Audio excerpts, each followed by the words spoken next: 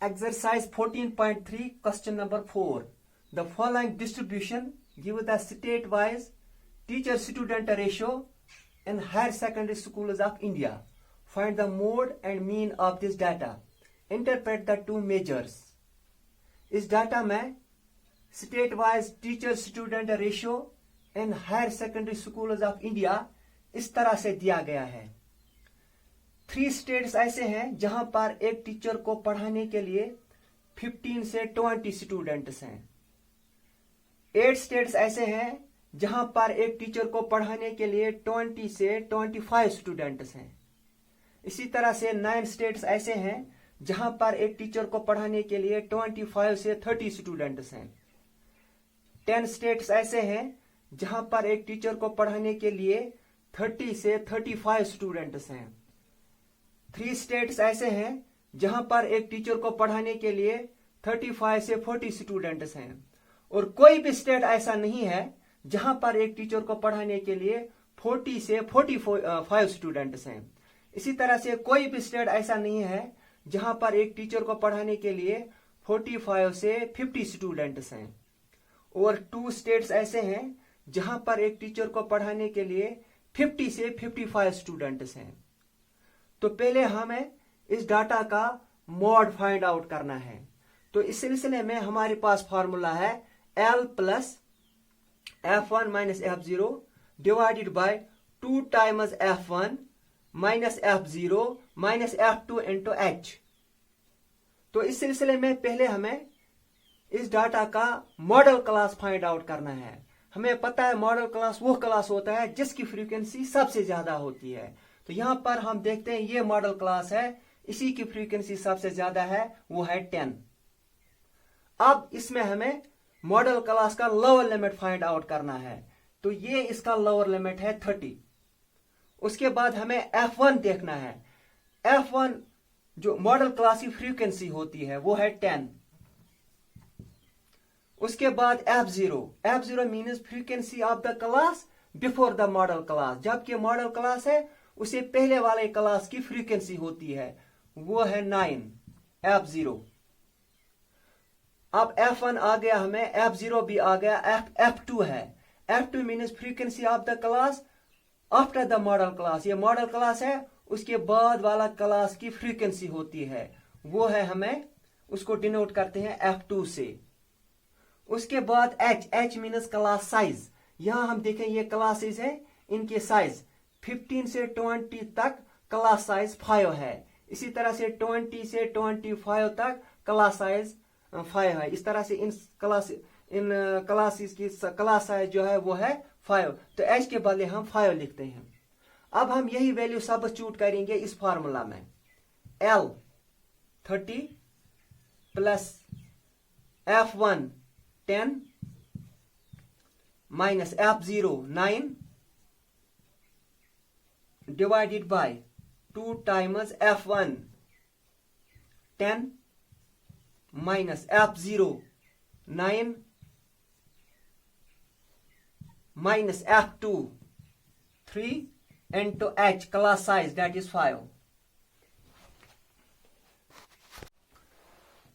That is equal to 30 plus 10 minus 9 1 divided by 2 into 10 20 minus plus minus 12 into 5, that is equal to 30 plus 5 1s are 5 divided by 20 minus 12 8, that is equal to 30 plus 5 divided by 8. 30 plus 5 divide by 8 calculate करके हमें आता है 0.625. That is equal to 30 plus 0.625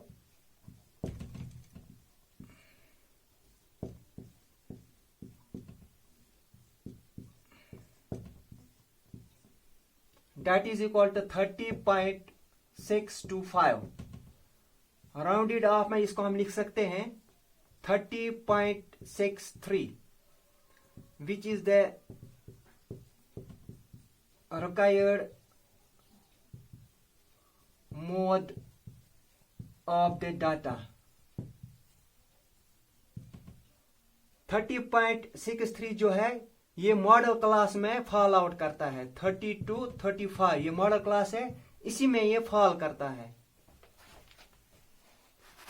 इस question का mean find out करेंगे.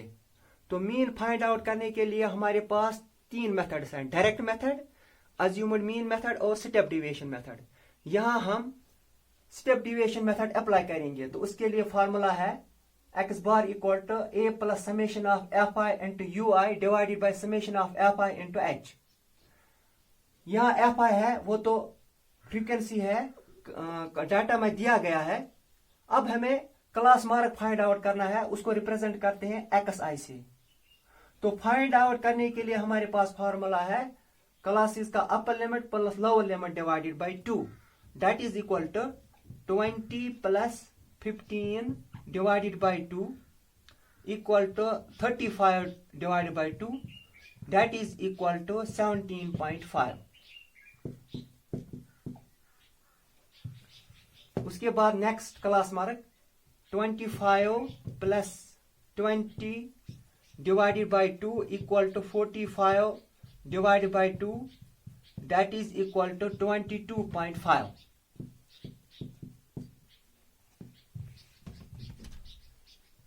Thirty plus 25 divide by 2 equal to 55 divided by 2, that is equal to 27.5. तो इस तरह से यहां हम देखते हैं 5 की डिफरेंस है. अब हम 27.5 को 5 ऐड करके नेक्स्ट क्लास मार्क लिखेंगे, दैट इज इक्वल टू 32.5, 37.5, 42.5, 47.5 और 52.5. उसके बाद हमें DI निकालना है. तो उसके लिए फॉर्मूला है XI minus A means assumed mean. ये अज्यूम्ड मीन हम XI से ही फाइंड आउट करते हैं. तो ज्यादातर हम अज्यूम्ड के लिए सेंट्रल वैल्यू ही सेलेक्ट करते हैं. तो यहां हम काउंट करेंगे पहले 1 2 3 4 5 6 7 8. इस तरह से 2 वैल्यूज हमें सेंटर में आते हैं, 3 यहां रहते हैं और 3 नीचे रहते हैं. तो इन्हीं में से हम एक अज्यूम्ड नंबर के लिए सेलेक्ट करेंगे. चलो हम 32.5 को अज्यूम्ड के लिए सेलेक्ट करेंगे. अब हम DI कैलकुलेट करेंगे, that is XI minus A. XI के वैल्यूज ये हैं और A जो है A 32.5 है. XI 17.5 माइनस A है 32.5. तो कैलकुलेट करके हमें आता है -15. इसी तरह से XI है 22.5 और A है 32.5. इनको माइनस करना है, वहां पे हमें आता है -10. इसी तरह से 27.5 माइनस 32.5 इक्वल टू -5. अब 32.5 minus 32.5 0. 37.5 minus 32.5 5. 42.5 minus 32.5 10. 47.5 minus 32.5 15. 52.5 minus 32.5 20. उसके बाद हमें UI निकालना है. तो उसके लिए फॉर्मूला है D/H. D जो है ये वैल्यूज हैं और H क्लास साइज है. अब हम ये कैलकुलेट करेंगे D/H. D है -15 और H क्लास साइज है वो है 5. तो यहां आता है हमें -3. इसी तरह से D है -10 और H क्लास साइज है that is 5. That is equal to -2. ये आता है हमें -2. इसी तरह से -5 divide by -5 -1. 0 divide by 5 0. 5 divide by 5 1. 10 divided by 5 2. 15 divided by 5 3 और 20 divided by 5 4.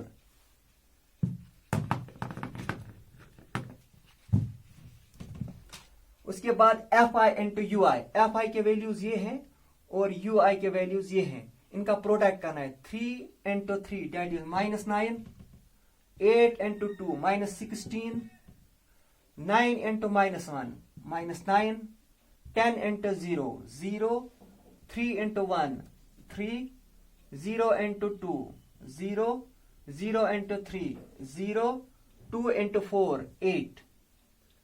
अब हम इनका प्लस करेंगे. -9 -16 -9 दैट इज -34. उसके बाद इसका प्लस करेंगे दैट इज इक्वल टू 11. इस तरह से -34 11 यहां आता है हमें -23. अब summation of F I U I इनका समेशन आता है हमें -23. तो इस तरह से हम लिखेंगे यहां पे formula. A plus summation of F I U i divided by summation of F I into H that is equal to A, assumed mean number, that is 32.5 plus summation of Fi, that is -23 divided by summation of Fi. तो Fi जो है इनको plus करके हमें आता है 35 into H is class size, that is 5. 32.5 plus into minus, -23 divided by 35 into 5, that is equal to 32.5. 5 sevens are 35 minus 23 divided by 7.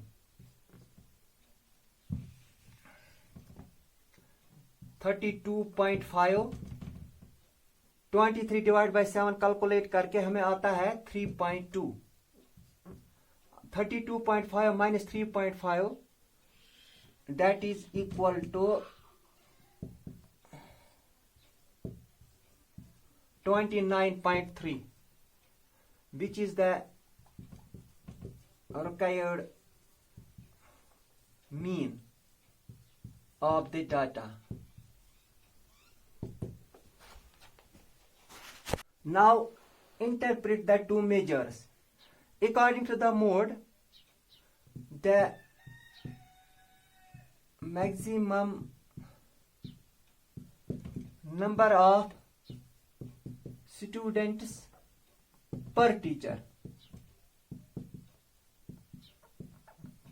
equal to 35.62 and average number of students per teacher equal to 29.3.